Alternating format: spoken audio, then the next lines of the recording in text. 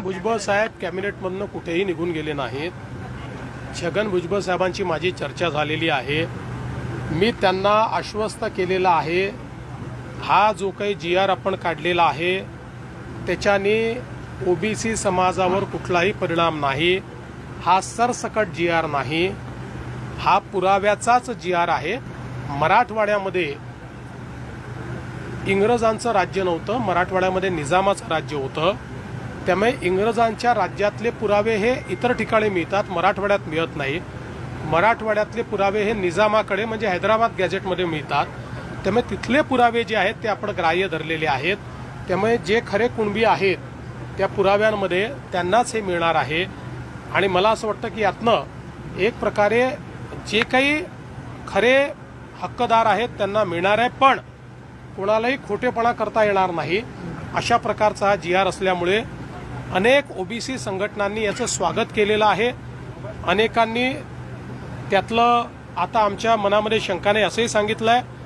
मला असं वाटतं की भुजबळ साहेबांच्या मनातली शंका आम्ही दूर करू, इतरांच्या मनातली शंका दूर करू।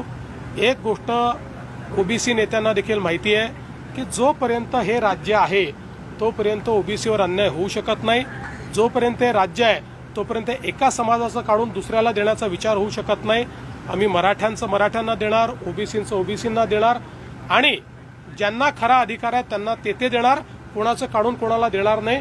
दोन समाजाला एकमेकांसमोर जे मराठा आहेत त्या गावातला त्या कुळातला कोणी ना कोणी 1967 पूर्वी 13 ऑक्टोबर 1967 पूर्वीचा त्याला कुणबीचं नोंद असेल, शेतकऱ्याची नोंद असेल आणि त्या अशा लोकांनाच त्या आधारे त्या बाकी लोकांना त्याचा फायदा होईल। जसे आपण जस्टिस शिंदे कमिटीने कुणबी नोंदी शोधल्या जवळपास 58 लाख, त्यातले मी मुख्यमंत्री असताना जवळपास 58 लाख नोंदी शोधलेल्या आहेत आणि त्यातले 10 लाख कुणबी प्रमाणपत्र देखील दिलेले आहेत। हा जो नियम आहे त्या नियमामध्ये बसून कायद्याच्या चौकटीत बसूनच हा निर्णय घेतलेला आहे। त्यामुळे मला वाटतं ओबीसी समाजाने जी चिंता करण्याची आवश्यकता नाही, कारण त्यांचं रिझर्वेशन कमी करून दुसऱ्या कोणाला आरक्षण देण्याची भूमिका सरकारची कालही नव्हती, आजही नाही आहे।